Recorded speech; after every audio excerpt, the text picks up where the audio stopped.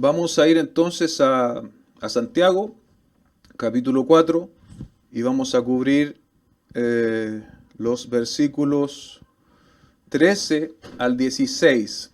Repito entonces, Santiago, capítulo 4, versos 13 al 17, al 17. Ahí va a estar la palabra del Señor esta mañana. Dice así la palabra del Señor. Vamos ahora, los que decís, hoy y mañana iremos a tal ciudad y estaremos allá un año y traficaremos y ganaremos. Cuando no sabéis lo que será mañana, porque ¿qué es vuestra vida? Ciertamente es niebla que aparece por un poco de tiempo y luego se desvanece. En lugar de lo cual deberíais decir, si el Señor quiere, viviremos y haremos esto o aquello. Pero ahora os jactáis en vuestras soberbias.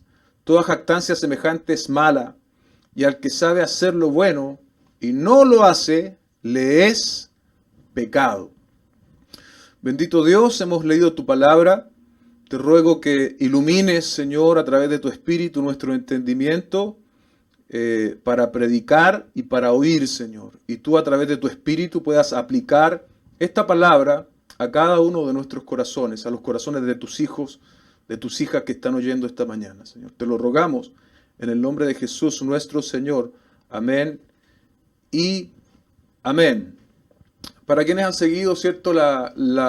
Cuando volvimos, la retoma, por decirlo así, de la predicación expositiva en Santiago, hemos visto que Santiago es una epístola de mucha práctica, ¿sí? Santiago nos aterriza en muchos sentidos el cristianismo.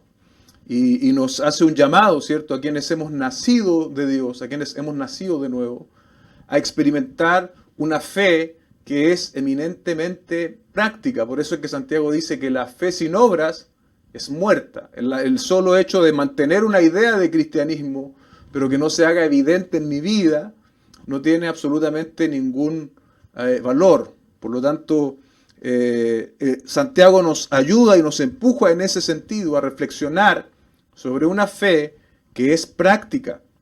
Y esta mañana, ¿cierto?, otra vez nos hace una invitación, una confrontación a través de su Espíritu a, primero, ¿cierto?, la jactancia. Y partimos leyendo, ¿cierto?, el verso 13, donde dice, vamos ahora los que decís, hoy y mañana iremos a tal ciudad y estaremos allá un año y traficaremos y ganaremos.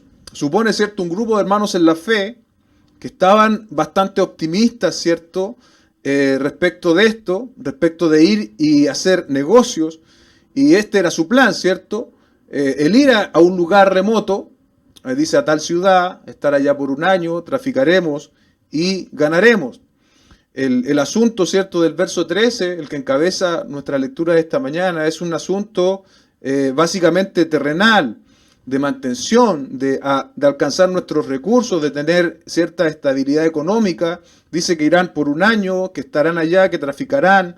La Biblia de las Américas traduce esto como haremos negocios y tendremos ganancia. Ahora, obviamente lo que el Espíritu de Dios ha dejado plasmado en esta escritura no es que no seamos personas que planifiquen. No es el asunto. Nosotros como cristianos sí debemos planificar. El asunto con la dirección que tienen estas palabras a los hermanos del contexto original y también para nosotros hoy, es cuando nosotros hacemos planes y no contemplamos la soberanía de Dios. Es decir, hacemos planes como si nosotros fuésemos dueños de nuestro propio destino. Y la verdad es que sabemos, ¿cierto?, que es Dios quien soberanamente ordena todo. Él sabe tanto de forma absolutamente lúcida el pasado, el presente y el futuro. Pero nosotros no sabemos qué va a ser mañana. Entonces nosotros sí debemos y podemos planificar, pero no en esta forma jactanciosa que nos ilustra el verso 13, cuando dice, vamos ahora los que decís, mañana iremos y iremos a tal ciudad y estaremos allá y traficaremos y ganaremos. Eso es una expresión de jactancia, eso es una expresión de autosuficiencia, de pretender que todo está en nuestras manos. Y es justamente lo que Santiago está tratando, ¿cierto?, de que estos hermanos entiendan, y es lo que justamente el Espíritu Santo también hoy día nos está diciendo a nosotros. No seamos jactanciosos, no seamos soberbios, no queramos hacer negocios, planes en lo que es el escenario de esta tierra, sin pretender someternos a la voluntad del Señor. Porque ciertamente la voluntad del Señor va a sobreponerse a todos mis planes. Porque Él es soberano. Porque Él es Dios. Porque Él es el Señor. El verso 3 entonces es una expresión representativa de muchos de estos hermanos, ¿cierto? Hace más de 2000 años que pudiesen haber estado teniendo este tipo de dichos, ¿cierto? Este tipo de planificaciones. Y la verdad es que cuando usted lee esto se da cuenta que las personas de hace 2000 años no son diferentes a las personas de hoy, y podríamos estar haciendo nosotros hoy los mismos tipos de planes. Hay algo que es imposible no nombrar en este punto, y es justamente el hecho de que este año 2020 ha sido un año en el cual Dios ha mostrado de forma muy evidente el hecho de que nosotros podemos hacer cientos de planes, pero Él es quien tiene el control de todo. Este año 2020, con nosotros acá en Chile hemos tenido primero en octubre del año pasado una explosión social, y después estaba acabando eso, estábamos volviendo en marzo y nos vino el tema de la pandemia. Dios nos ha mostrado, ¿cierto?, tanto nacionalmente como a nivel mundial, de que es Dios quien tiene el soberano control de todas las cosas. ¿Y cuántos de nuestros planes que teníamos para este año 2020 se han frustrado? ¿Sí? Porque muchas veces hemos planificado de forma jactanciosa, tal como está expresando este verso 13. Nosotros debemos planificar, pero siempre sometiéndonos a la soberana voluntad de Dios, no pretendiendo ser nosotros independientes, autosuficientes, autovalentes, entendiendo de que todo depende de Dios. Mira lo que sigue en el verso 13, ahí dice, cuando no sabéis lo que será mañana, ¿cierto? Después que había dicho esta planificación tan majestuosa, tan llena de optimismo, tan independiente de Dios del verso 13, le sigue el verso 14, dice, cuando no sabéis lo que será mañana. ¿Entiende esa expresión? No sabéis lo que será mañana. Aquí hay un contraste digno de destacar, porque en el verso 13 dice, hoy, mañana iremos a tal ciudad, estaremos allá un año. ¿Se da cuenta? Un año, estaremos un año allá haciendo nuestros negocios, vamos a ganar dinero, etc. Y en el verso 14 dice, cuando no sabéis lo que será mañana. Es decir, por un lado, ¿cierto?, personas haciendo planificaciones por un año, pero el escritor, ¿cierto?, y el Espíritu Santo nos dice, ustedes no saben lo que será mañana.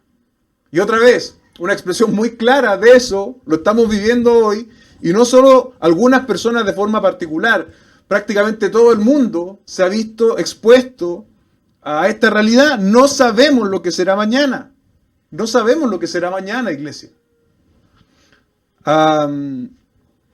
Dice lo que sigue en el verso 14, ¿qué es vuestra vida? Porque ¿qué es vuestra vida? Dice Santiago. Ciertamente, y responde, es neblina que aparece por un poco de tiempo y luego se desvanece. Amados hermanos, nosotros no somos dueños del próximo segundo de nuestra vida. Es Dios quien es soberano, no nosotros.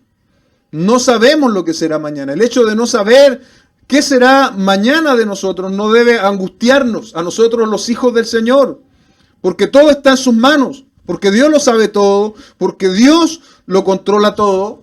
Y aunque el escenario y los pronósticos respecto de este 2020 en salud, en tema económico, en temas familiares sean muy lúgubres, muy oscuros, muy inciertos, nosotros ciertamente estamos confiando en un Dios soberano. Mientras nosotros somos, lo que dice el verso 14, ¿cierto? Dice, somos como neblina que aparece por un poco de tiempo y luego se desvanece. Dios es eterno, soberano, reina con poder, con autoridad. Dios no conoce de imprevistos. Él lo ha dicho todo desde la eternidad pasada. Él no sabe de sorpresas. Nada le ha tomado por sorpresa jamás a Dios. Y es un gran contraste. Santiago dice, ustedes son como neblina. Nosotros, los seres humanos, somos como neblina. Y hay tal vez una forma gráfica de entender eso, es cuando hace frío, ¿cierto? Y nosotros respiramos, sale un vapor por nuestra boca. Ahora, ¿ese vapor cuánto dura? Absolutamente nada. Santiago está reflejando, ¿cierto?, que nosotros no somos nada. Y cuando nosotros lo contrastamos, ¿cierto?, con lo que es Dios, hay un abismo de diferencia, amados hermanos. Un abismo de diferencia que nosotros debemos saber reconocer y agradecer. Mientras nosotros somos pasajeros, mientras nuestros sueños y nuestros planes son pasajeros, Dios es eterno. Y Él gobierna con poder y con autoridad absolutamente todas las cosas. No sabemos lo que será mañana. Pero el hecho de no saberlo no nos debe angustiar, no nos debe llevar a una depresión, no nos debe llevar a perder nosotros el control de algún modo, sino que estamos descansando en que Dios va a obrar y hacer de la mejor manera. Mira lo que dice Mateo capítulo 6, verso 25 al 34. Mateo capítulo 6.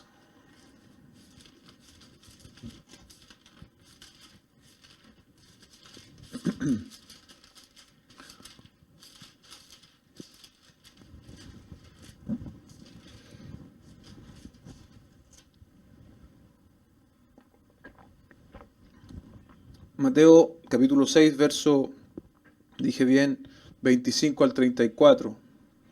Por tanto, no os afanéis por vuestra vida, qué habéis de comer o qué habéis de beber, ni por vuestro cuerpo, qué habéis de vestir.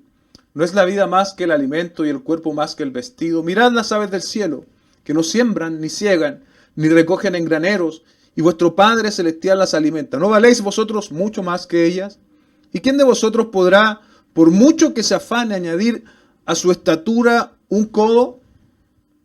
Y por el vestido, ¿por qué os afanáis? Considerad los lirios del campo como crecen. No trabajan ni hilan, pero os digo que ni aun Salomón con toda su gloria se vistió así como uno de ellos.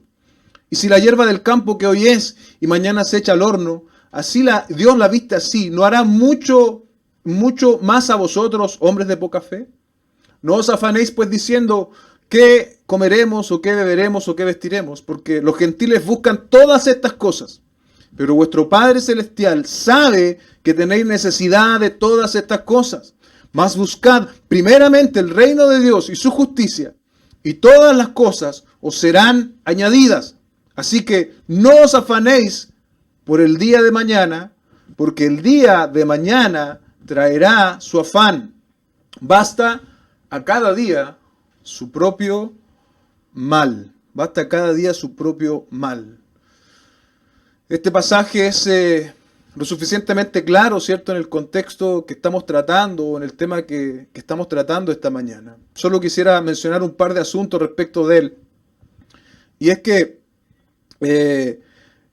la amonestación del Señor Jesucristo en este sentido, ¿cierto?, es a no estar afanados, ¿cierto? Dice, hay una característica en los gentiles de ese entonces. Se entendía en el contexto que los gentiles eran quienes no se relacionaban con Dios.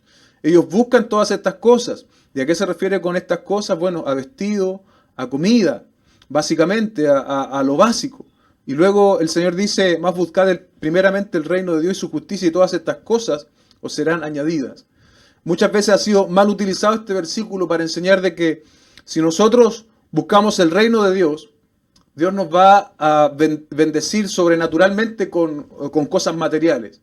Pero lo cierto es que es una interpretación incorrecta, porque lo que el texto está diciendo es que cuando nosotros estamos en el reino de Dios, estamos buscando su reino, más bien se nos garantiza que Dios va a darnos, ¿cierto?, de lo que significa o de lo que representa lo básico.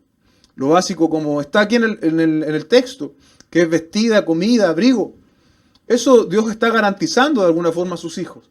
Pero nos está diciendo que si yo busco el reino de Dios, es una especie de moneda de cambio para que todos mis negocios marchen bien y yo ser una persona multimillonaria o de muchos recursos. No, El Señor está diciendo que cuando yo estoy en su reino, yo entiendo la mecánica y el funcionamiento del reino. Estoy sometido a ese reino. Por lo tanto, no voy a estar buscando grandes logros o ser una persona de muchos recursos. El hecho de ya someterme al reino va a suponer que yo conozco la voluntad del Señor para mi vida. Y parte a parte, ¿cierto? Es el hecho de que Dios va a proveernos de lo necesario. No tendremos quizás exceso de lujos, pero Dios nos garantiza de que si nosotros estamos en su camino, tendremos el entendimiento suficiente, el carácter suficiente, para conformarnos a lo que Él ha decidido darnos. Y no estaremos angustiados por aquello que no tenemos. No conocemos el mañana, no sabemos, pero Dios sí. Y como hijos de Dios podemos estar seguros, amados hermanos, que Dios no nos va a desamparar y que Él va a añadir, como dice el texto, todo lo que sea necesario. Porque tal como dice Santiago otra vez, nuestra vida es como neblina. Como esa neblina que ahora vemos, ¿cierto? Y que luego ya no vemos, desaparece. Pero el contraste más evidente es que Dios es eterno y Él permanece. De hecho, el mismo Señor Jesucristo dice que que su palabra, van a pasar los cielos y la tierra, pero su palabra va a permanecer. Dios permanece, Dios es eterno. Pero esta existencia terrenal, ¿cierto? Este afán incansable por querer tener más, es una muestra clara de que es solo neblina. Y que nosotros somos neblina juntamente con eso. Hay una implicación indirecta de esto, ¿cierto? Y es que el escenario de esta tierra, el escenario terrenal, es corto. Y es tan corto que nosotros debiésemos tener la intención de utilizar bien mientras estamos en esta vida. Debiésemos procurar la gloria de Dios y no una gloria terrenal. Iglesia amada, la vida es corta. Entonces tenemos que preguntarnos esta mañana hacia dónde estamos corriendo, hacia dónde nos estamos dirigiendo, cuál es nuestra dirección, qué es para nosotros lo más importante, en qué estamos invirtiendo nuestras vidas, nuestros recursos. Tenemos que preguntarnos cómo vamos a seguir viviendo. Vamos a seguir viviendo según los estándares de este mundo que nos dicen que entre más obtengamos, entre más almacenemos, más cerca vamos a estar de la felicidad. O vamos a movernos al estándar de Dios que nos confronta con lo que verdaderamente somos, neblina, y que nos empuja, nos dice, vivan para mi gloria, vivan para que mi nombre sea glorificado. Ahí entonces usted tiene este perfecto contraste entre los versos 13 y 14, ¿cierto? El verso que sigue, el verso 15, de una forma positiva, dice, en lugar de lo cual debierais decir. En contraste, ¿cierto?, con el verso 13, donde dice, vamos ahora, traficaremos, ganaremos, etc. El verso 15 dice ahora, en lugar de lo cual debierais decir. Y así debiésemos expresarlo nosotros los hijos del Señor. Si el Señor quiere, viviremos y haremos esto o aquello. ¿Se da cuenta de que no es que no planifiquemos, no es que no tengamos ideas, ¿cierto?, para mejorar nuestra estancia aquí en la tierra, la de nuestra familia, para poder ser también un recurso, ¿cierto?, o poner recursos en la obra del Señor? No, Dios no está diciendo eso, pero está poniendo las cosas en orden. Dice, en lugar de lo cual debierais decir, si el Señor quiere. Y ese es el meollo del asunto. Todo es si el Señor quiere. Si el Señor quiere, yo esta tarde saldré de este lugar a mi casa, a trabajar. Si Dios quiere, mañana voy a amanecer con vida. Amado, una y otra vez, el Señor demuestra que es todo si Él quiere. Y otra vez digo, este año 2020 ha mostrado de forma práctica, ante los ojos de incrédulos y de creyentes, que todo es si Dios quiere. Si Dios quiere. Eso es lo que nosotros debiésemos ser. Eso es como nosotros debiésemos vivir nuestra vida, nuestras proyecciones, nuestras planificaciones. debiésemos entender que siempre es, si Dios quiere, y no como una especie de cliché que todos decimos siempre, bueno, si Dios quiere, no. Cuando la palabra dice si Dios quiere, está expresando la soberanía del Señor. Esto es una realidad, no es un cliché. Todo, absolutamente todo, también nuestros negocios, nuestra forma de ganarnos la vida, nuestros proyectos, nuestros estudios, todo absolutamente sin excepción, sucederá solo si Dios así lo quiere. En un escenario ministerial, en Hechos capítulo 18, verso 21, el apóstol Pablo dijo lo siguiente.